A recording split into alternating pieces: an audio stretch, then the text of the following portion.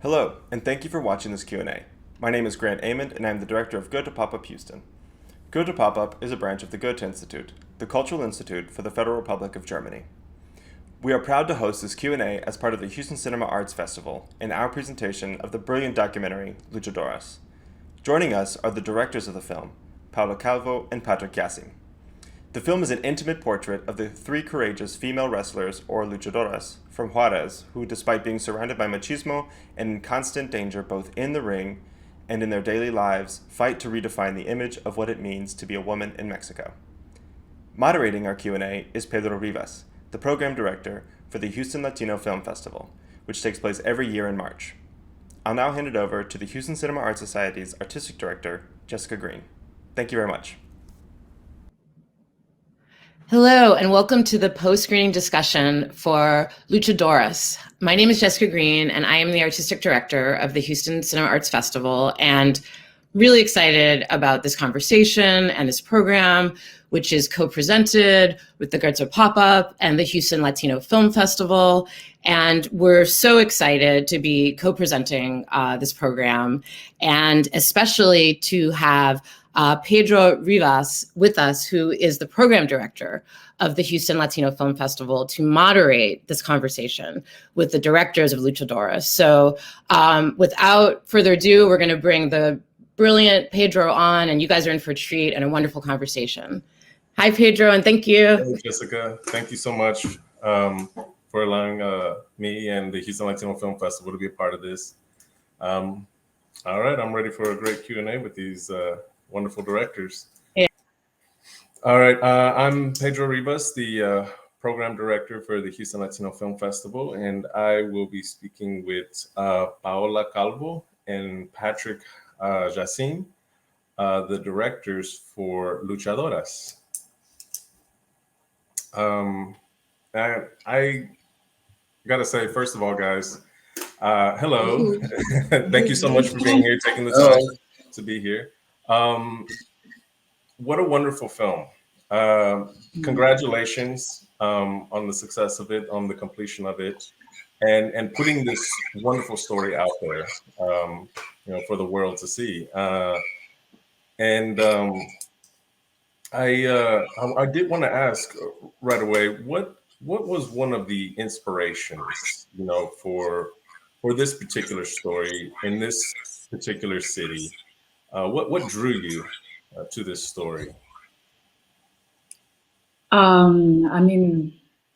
Inspiration, I will say, the inspiration are all the women in Ciudad Juarez, because we hear about what's happening there. We knew about how high the violence is down there, and we were wondering how do they manage to have a daily life in such a place. So the inspiration was to understand the life of this woman there. And when we were there and we got to meet them, we were fascinated about how strong they are and how they deal with life. Did it start with luchadora women or just women in general in Juarez? Just kind of knowing some of the background of the femicide that had been occurring since the 90s. Yeah. You mean if it started with us with the luchadoras or with the regular women, or like No, for you guys, did you hear about the femicide? Absolutely. Against women before, no. Or was it the luchadores and that kind of brought you into that story of the background of Juarez? Yes. No, we definitely knew about the femicide from a long time, actually. And then combined with several things came together. We were aware of the new feminist movement in many parts of Latin America, especially in Mexico. We knew about the femicides. We had personal connections to Mexico back then into the wrestling world. And we knew about the femicides.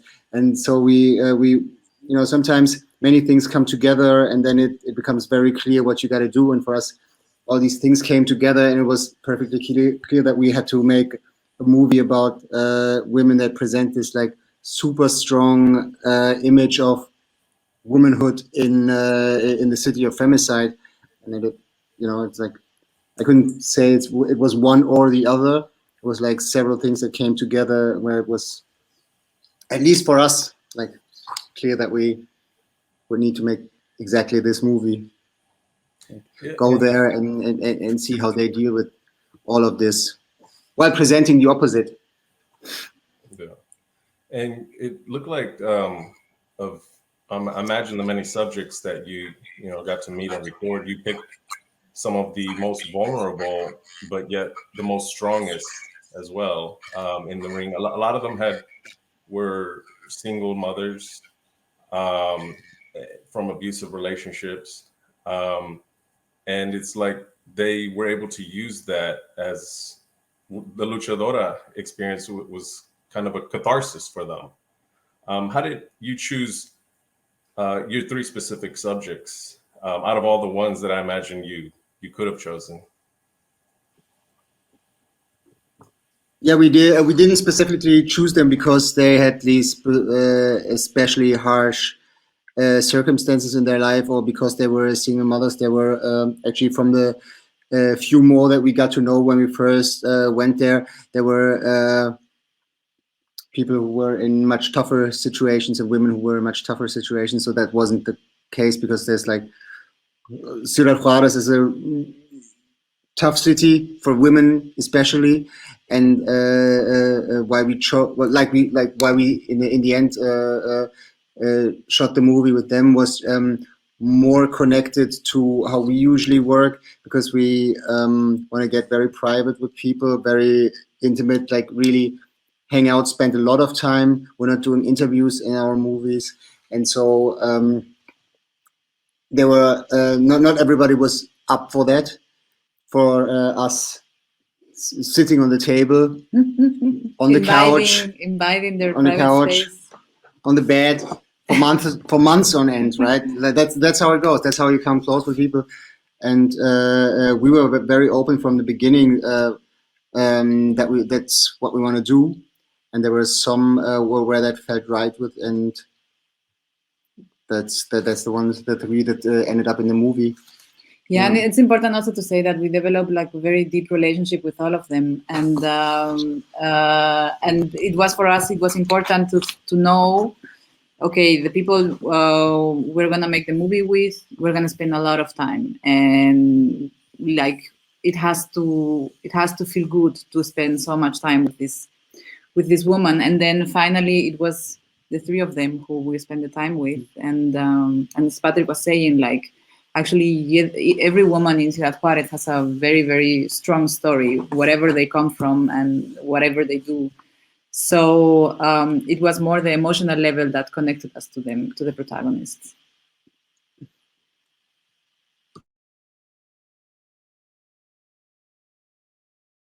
You're muted. Oh, yeah. Sorry about that. I was going to say, I did notice there was a focus on three of them, but I think there was a fourth mention in the credits, Little Star. She was the sister of Baby Star, right? I just want to, okay. All right. There was something so unique about all of them. And Mini Serenita, I think that translates to Little Mermaid, right? I loved her story. And then Lady Candy, what amazed me is what she did in the ring, what she's dealing with by phone with her children and ex-husband, and then where she works to make money, the funeral home. And then not only that, sometimes you'll have still the ongoing atrocities happening to women, just happening nonchalantly in the background on television or radio. And I thought that was really brilliant, what you guys did. And it's like you're still telling another story kind of in the background without necessarily having to say it. One of the scenes that stood out to me the most was when you show the picture of all those missing people, and there's a sign that says 2019, I think 90 desaparecido, todavía, no more. I'm doing all the talking now. Sorry about that. But what I'm saying is it's just brilliant, and it goes on to a play on the title as well, Luchadoras. They're not just, luchadoras in the ring. They're fighters as well. Was that intentional on your part, or? Of course. Like, I mean, you mean that to give this name to the film? Yeah, I mean, did you eventually kind of see all of the women as fighters in their own personal strifes? That was what I was saying when you asked about the inspiration. Like when we went to Juarez and when we met the women and when we see the realities of their people, we said like, okay, these women, actually everyone is a fighter in Ciudad Juarez, not only the women, but especially the women are fighters in their daily life since they wake up till they go to sleep. Whatever it happens in between these hours, they fight. They fight for different kinds of things. And yeah, like it's interesting. Juarez is a very interesting place because it's a very difficult place to understand because it's very complex. Let's say a lot of different things happen there. We have the maquila industries are surrounding the city. We have the border. We have the whole drug situation, and so it's very difficult to have an image of this place if you've never been there. So we were having these questions a lot, like how much do we have to explain about the city? For example, the train was something, for us, the train was a symbol that was dividing the city in two parts. And when the train comes to cross to the US, it stops the city. You cannot move from one side to the other side of the city. At some point they build tunnels so that you can go under the train. Yeah. But there are a lot of things in the city that it's very, what I was saying, it's a very unique place, and a lot of things take their parts there. And yeah, it was a deep conversation. What should we show and what should we not show about the city? Also because you only have 90 minutes, so you have to. Yeah, and we learned many things the first time we've been there. Most of all, that we really thought most of them were fighters because there was no other option for them. And then we also learned something else because we feel we are filmmakers, we're not journalists, and we didn't know how to approach the whole situation, that we have to explain the place and the femicides and everything to an audience that is maybe not aware of it. And since we didn't want to do interviews, we didn't know how to handle this before we went there. And then when we went there, it became very clear right away because everybody's listening to the news all the time. And the local TV station is running everywhere all the time because people want to know if something is happening in the city. Because if so, then you send WhatsApp messages to all of your friends. Oh, there's a shooting in this mall, or there's something happening downtown, and don't go there, and stuff like that, right? So that made it easy for us to not have like boards that explain the facts, but just in this ongoing storytelling of their personal lives, make people that are not aware about the situation in Juarez understand what is happening in the place. And that was positive for us because we wanted to tell more we wanted to document the city and the situation of the women, but more on an emotional level, the truth about how do you live in a city with this, where violence, not only, but many times against women, is so omnipresent. Yeah, it's interesting how they perceive the violence out there. They tell each other to be careful, or the one scene where I guess there was a murder, it's just so nonchalant. It's not even so much about like really who it is, but like, hey, where do they get the blankets, to put over the bodies, which I thought was really interesting. They've seen so many that it comes down to no longer asking the bigger questions, but the smaller details of like, where do the blankets come from? I thought that was interesting. Well, but I think this is also kind of a survivance strategy, you know, because when you are dealing with this rate of violence every day, you need to develop some structures to deal with that. And yeah, the normalization of violence is something that we learned there, which is horrible. But on the other hand, is a way to deal with it, because if not, I mean, yeah, it's. Yeah, that as a kid, I actually have family in Juarez. We used to go, a lot. The last time I went was maybe 10 years ago when the all the cartel mess was happening, and it was the number one most violent city. Really at the height of it then. Mhm. Yeah, and now it's still in the top 5 most violent cities. So yeah, I can see that survival kind of mentality that everyone has to give themselves. Um, so I was curious about the lucha libre itself. So a lot of what they do, is it kind of like underground fighting, or is it are they? Because I couldn't tell if these were kind of real deal fights or because sometimes it didn't look staged. I mean, I'm used to wrestling being staged, and sometimes it looked like things went a little far, especially with the men. Mhm. Yeah, I think that you're talking about American wrestling, like US wrestling, right? Yeah, Because I American think, wrestling for the most part is staged. Lucha yes, Libre, I wasn't. I'm not sure if that is itself is staged. Do they plan who wins, what moves they're gonna do? yeah. I Um, don't.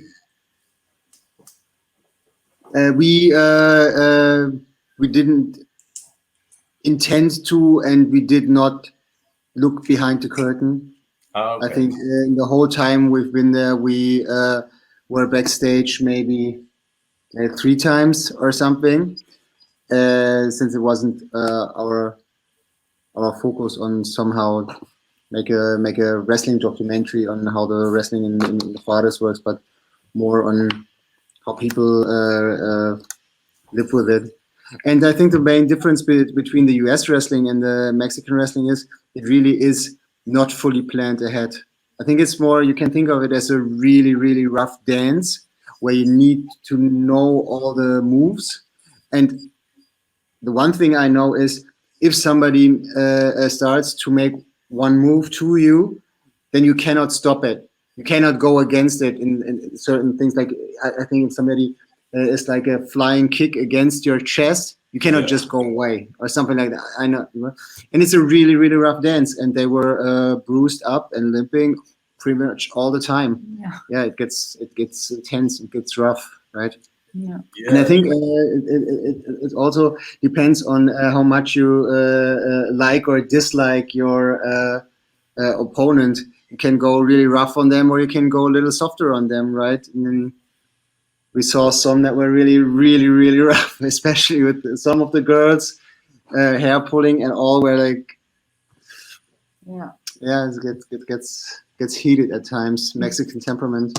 Yeah, I can imagine. Yeah, there was a scene where, yeah, I think one of the men rips the mask off one of the women, Yeah, and she seemed so adamant, like she never wanted to take her mask off. So I saw that as kind of, I don't know, almost a kind of patriarchal statement of a man, taking something from a woman without yeah, her consent, without, because she got really upset about that, yeah.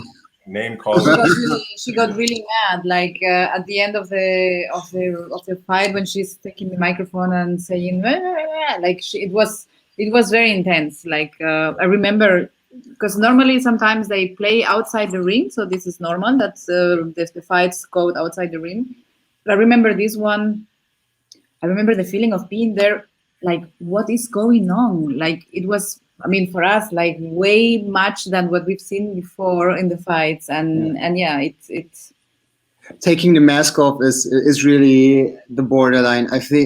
We think it's either I mean, there's fighters that wear the mask for decades, right? Never show their face. There's several examples even from back in the 60s where you never saw the face of one of the fighters, and to take it off of somebody in the ring in a more or less regular fight, not like a really big fight, and not at the end of the career of a wrestler or the figure he's representing. Yeah, she was mad. It's kind of it's like totally disrespectful, actually, because this is going over the borders like 20 million times. It's not, you don't do that. You know that the mask, and they know the mask are a way to protect their identity, and to do this in this fight was like over the top. The people were mad. People were screaming at them like, "Oh my God!" Like crazy. It was crazy. It was a crazy fight. You speak Spanish, right? Un poquito. Okay, so you don't get all the swearing that was going on. I heard it. Yeah. Pinche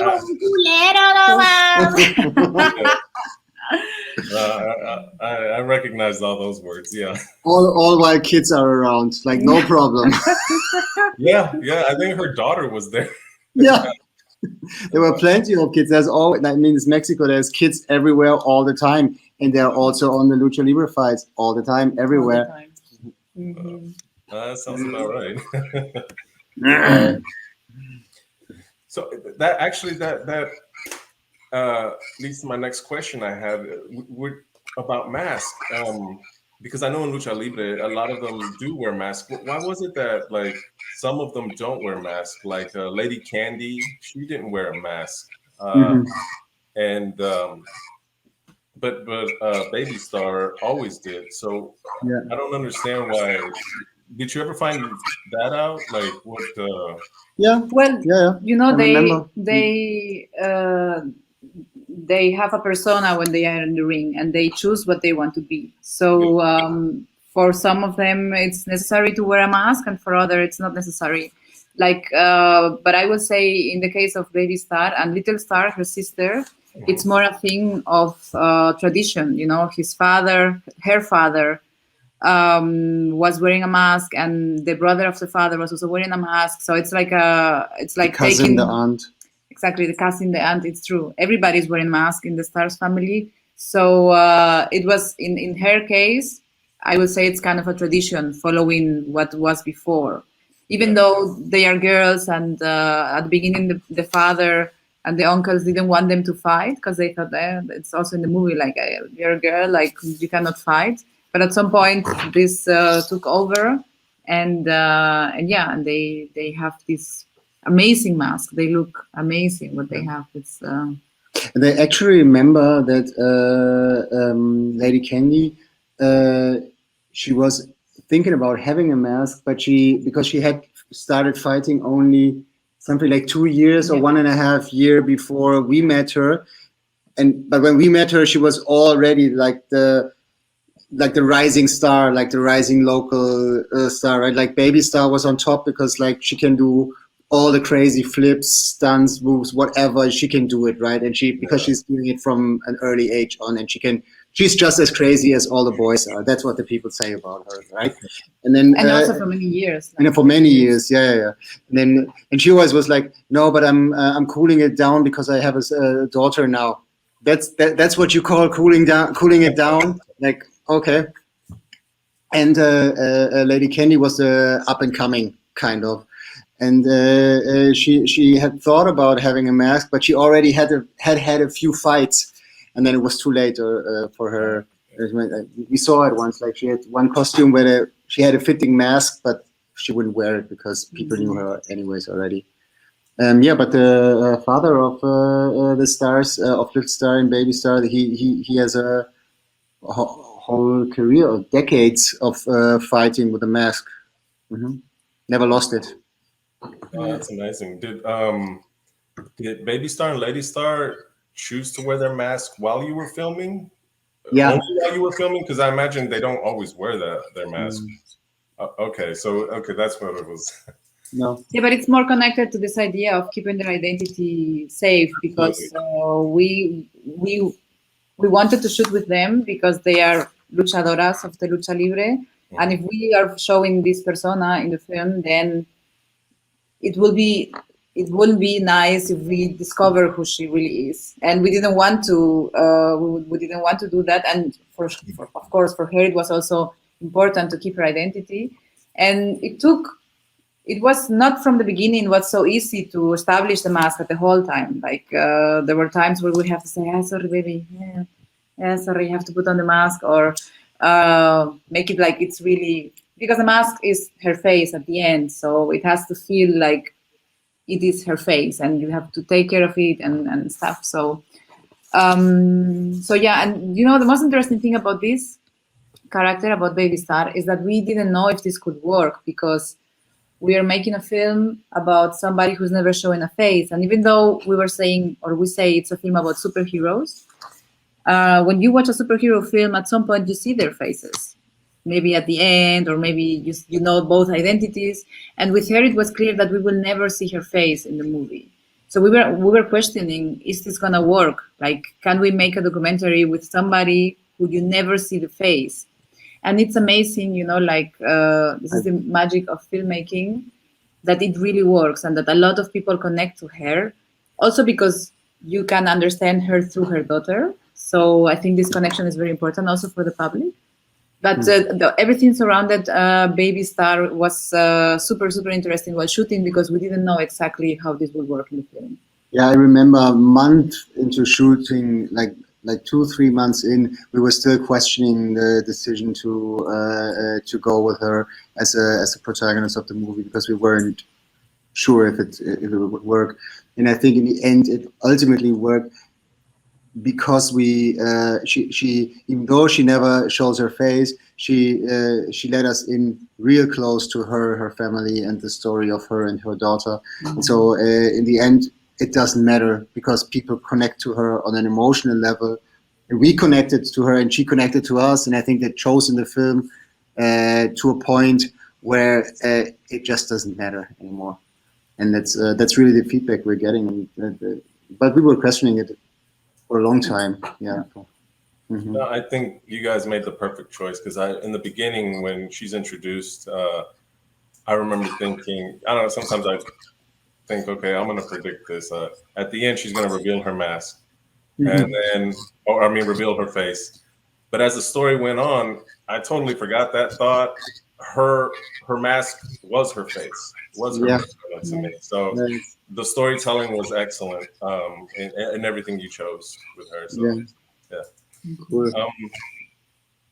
I was going to ask also, going back a little bit to the city of Juarez, knowing everything that had been going on, were you guys ever nervous about shooting in the city, as filmmakers, or during any of the filmmaking? Were there ever any tense moments or scary situations? Plenty. Or just general nervousness leading up to it, and then. No. We are from. We both grew up in Europe. I never shot a gun. I think I touched a real gun when I was a child once or something, and my mom got real mad about it. Like, there's no shootings around, like nothing like that. We're not used to it at all. And we made the decision to go there and be with people and document what people that handle it every day. And then we made the decision that we won't be scared off, and just take it as they do, because they live with it as some sort of a, how do you call this in English, like a power of nature. Like, if you live underneath a volcano, and which can always erupt, that's how you deal with the violence over there, right? There can be a shooting around all the time. One of the first things we learned was if there's a shooting, you don't run away. You just lay flat on the ground. We didn't know anything like that. Oh, wow. And so there were several situations where we got scared while filming. in the evenings going home with an Uber and thinking, okay, he's going the wrong direction, and why is he faking that the tire is flat now, and yeah, all kinds of craziness. Yeah, but we also learned to deal with that. At the beginning, it was like very strong, and there were moments where fear was really like controlling the way we were acting and the way we were dealing with each other. Was actually maybe one of the most difficult things to learn. But we understood that I always say that we understood that in these kind of places, fear is used as a control tool. If you fear your neighbors, if you fear the person who's in front of you, if you fear, I don't know, somebody you don't know, then you end up alone in your own bubble. You don't connect to each other. But if you manage to go through that, and if you manage to be part of a community, if you have a family, if you have the Lucha Libre community, if you have the feminist groups, whatever, you have the chance to feel stronger because you are a part of something bigger than just yourself. So this is something that we understood like very early, and this helped us a lot to deal with all these feelings and the fears. But of course, fear appears when you don't expect it, and sometimes you feel perfectly fine, and then suddenly something happens, and I will be totally afraid, and Patrick will be totally easy and relaxed. So it's very interesting to understand and to deal with these kind of feelings. Yeah, I would imagine it makes it adds a little to that filmmaking process, as evident when that you guys were at the border, and that car and van were there, and but I mean, like you're saying, kind of being with the right people, they kind of know where to go when the right time to leave is. So yeah, I imagine that helped out a lot. Exactly. There are some kinds of, I let you speak now. There are some kinds of behavior that you learn also in these kind of places. I mean, you behave differently in every place around the world. It's not the same Madrid and Berlin or Ciudad Juarez. Every place is different. So, yeah, we learned from them also how to deal with these situations. Mm.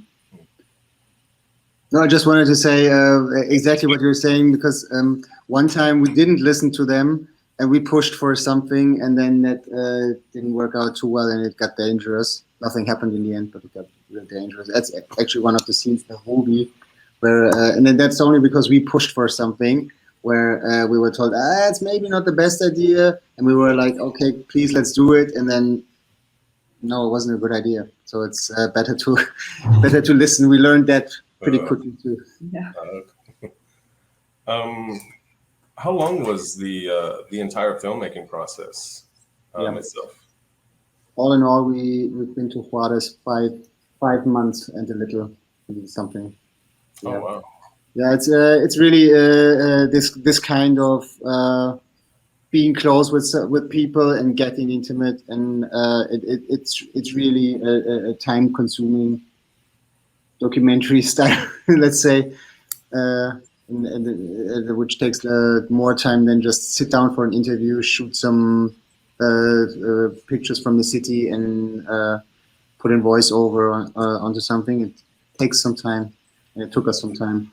Yeah, but it's I think it's necessary, because that's the only way you can really go deep and get to know the people from a very deep perspective. It's not like, okay, we shoot in 3 days, and then with this we shoot in 3 days, we make something. I think you can feel in the film that we are connected, and that and that we really got to know them very deeply, and this is very important for us. Like this level of complicity, you can say, or of understanding. It's very important for the kind of films we want to make.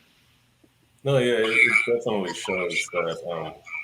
The intimacy between filmmaker and subject, and the comfort level that everyone is in, even the family members and friends around them. Mm-hmm. All the children were always climbing on Patrick. Like, they were like, you would see him surrounded by 3 children, and he's like, ah! So yeah, for sure. Trying to teach me Spanish at the same time. Were you able to learn any? Little, some, yeah. They're totally. Very little. No, it's really it comes down to what we talked about earlier. What are you documenting? And we tried to really find a truth in, or like to wanted to document. In a good documentary or in a good movie, you see the other human, right? You feel their truth. And we try to portray that in a movie without having it to say it out loud in kind of an interview situation, but making it really that you can feel it like in a like in a film, in the best cinema experience, where you really feel the person on that screen, on the other side of that lens, and that took time for us. It took time for them, and that's why we had to stay there a little longer. Yeah. Mm-hmm.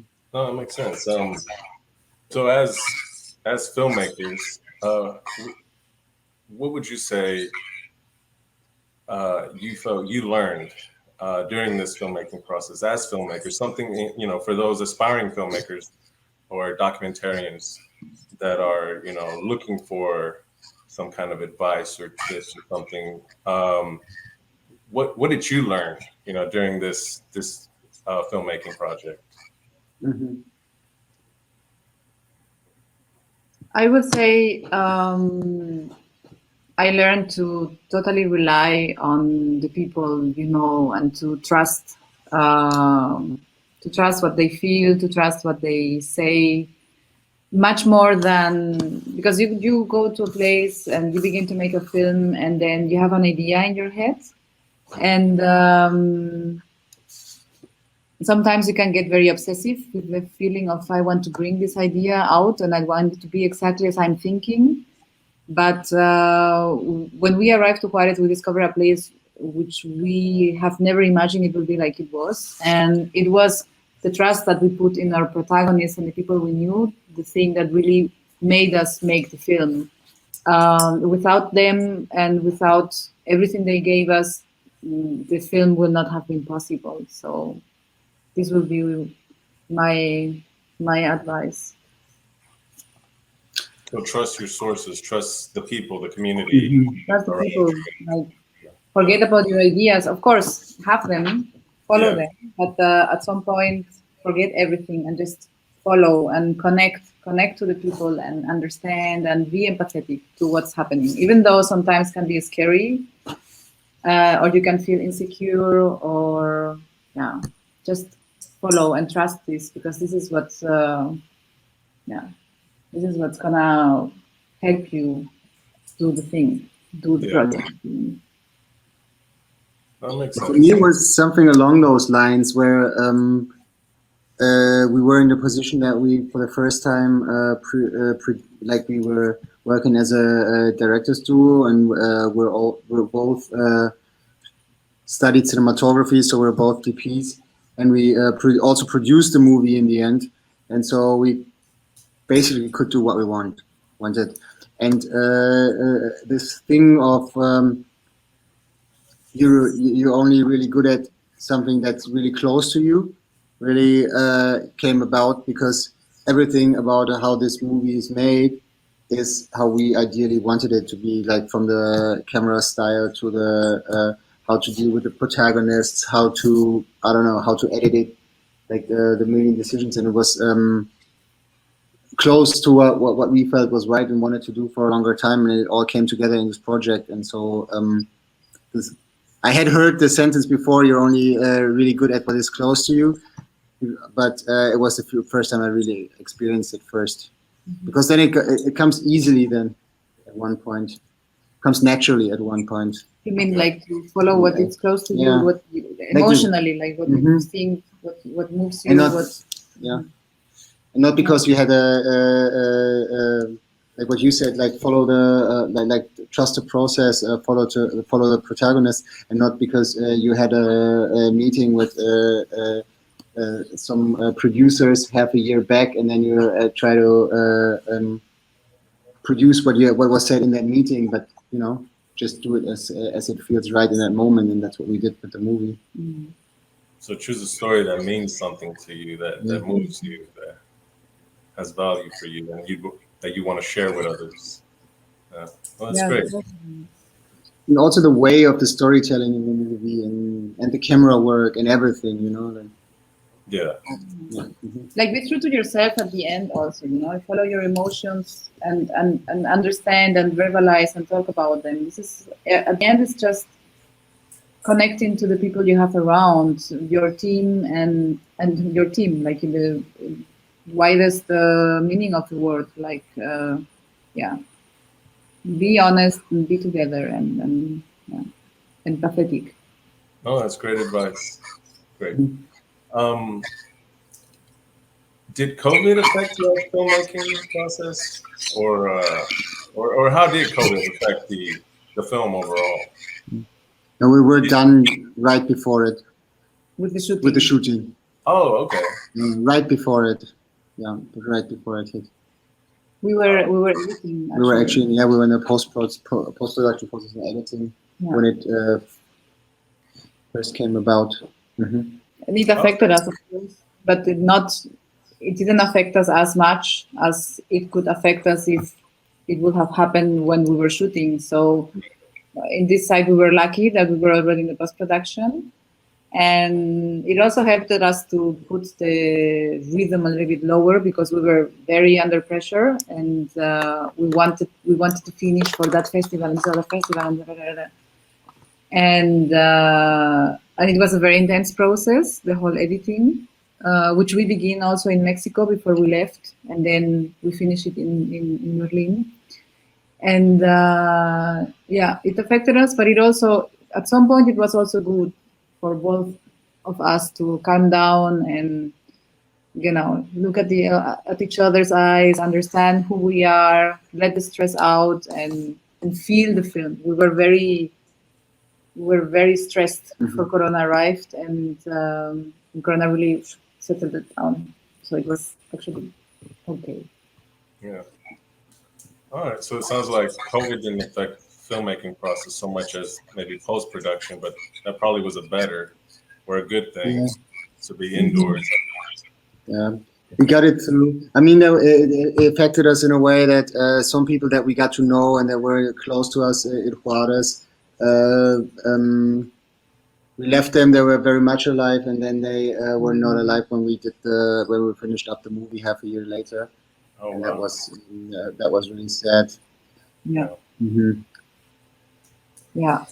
Yeah, and then we still had to put them in the title and in the credits, and then you would ask about them, and then that news came about. This was very sad. Like, I have to say, I mean, my parents, my family, they live in Spain. In Spain, the COVID was also very, very strong. But I don't know about somebody who died because of COVID in Spain.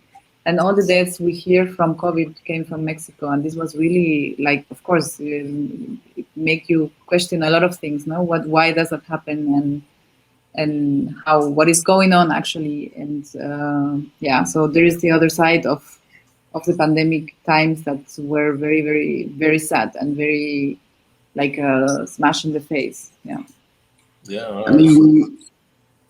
I mean, we know that it only worsened the situation in Juarez because, like it is also part of the movie many times said, it's not only the city of femicide, it's also the city of the maquilas, the factories where people work and that have like no workers' rights or like security for workers whatsoever. So when the epidemic hit, they would still need to go to work without any precautions, or they would just shut down the factory, and then you wouldn't make money because there's like no money that you get if you don't go to work, and they just decide that from one day to the other, and then you can't go to work and make any money, and then they call you back in, but then there's no precautions organized in the workplace, and it's really so people have even less money, even in worse situations, and then so the violence goes only up from there, right? And then you have this whole thing with like what's that supposed to be? Domestic violence. Like with domestic violence going through the roof, which is already high, and then people don't work, people are at home all the time in like really, really bad housing situations. Like, I mean, you can see it in the movie with one of our protagonists, Minister Anita, where you really feel like in the 19th century in Manchester, UK, with like industrialized workplaces where it's just the worst for the workers, right? And that whole situation only got worse with COVID. And I mean, according to our protagonist, also like Corona it was really, really hard times for them because there were no lucha libre happening, and you were not allowed to leave the places and stuff, and so there was no way of getting money for paying the bills, and of course, imagine the consequences of that in their lives. So it was, it's tough times for them. Yeah. Yeah, no, living in Juarez is a very challenging. Some of my aunts and cousins would literally sit in traffic for hours to cross the border every day to work in El Paso. Yeah, that was their life every day. Make the better money there. That's just one little border away. Come back home, sit through all that traffic at night again. But yeah, no, it's a very challenging city to live in. All right, I have time for one or two more questions. What are some of your next projects going forward after this? Or are you working on anything now? Or is it still under wraps? Or just enjoying? We're always. No, actually, so many stories to tell. No, we're actually leaving for a research trip tomorrow, and I don't think we can share. Oh, that's okay. No, you don't. I mean, we can say, these topics are very important for us. Topics about feminism and women rights is something that we feel very connected to. And what happens in Juarez is like the point of an iceberg of a problem which is the tip of the iceberg of a problem which is global, and what's happening there, it's very violent, but you see this also here. Like in Europe, we have in Germany is one of the countries with the highest rate on femicide in Europe, even much more than Spain or France. And those are facts that people don't know or that are like hidden.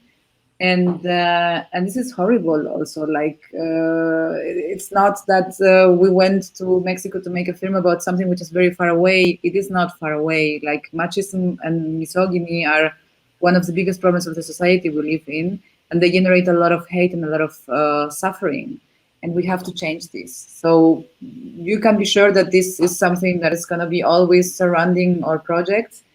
And it's very funny because when we wanted to finance this film, we talked to some TV channel commission editor, and he was telling us like, oh, the idea is very nice, but we already have female topics. One film about female topics with strong females. Yeah, strong females, and we were like, what? Like it's only like, okay, so you can only have one film, and the rest is about strong men, or what are you talking about? Like, so we are confronted, or to this reality which is super hard, and it's very subtle, like subtle. Like you don't see it. It's so deep. It's so deep in our structures. It's so deep in the way we deal with each other that I sometimes don't even realize that I have these thoughts also, and these structures. So imagine, like, or both being feminist, realizing, this way of thinking is not equal. We are putting the woman in a lower position than the man, and we have to be aware of all these things. And of course, this is always going to be somehow in our films, for sure.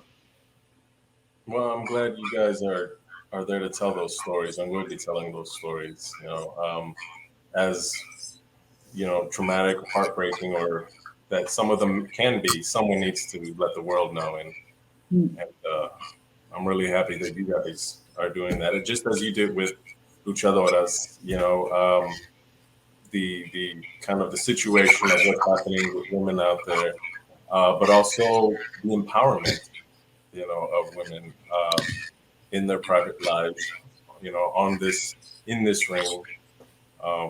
So I applaud you both. Congratulations. Thank you. Thank you very much for having us. It's super nice that we can have this conversation. Thank you for being part of the Houston Cinema Arts Festival, and much luck to the film going forward and all your other projects. Thank you, Paola. Thank you. Thank you. All the best for you too. Thank you. Thank you so much.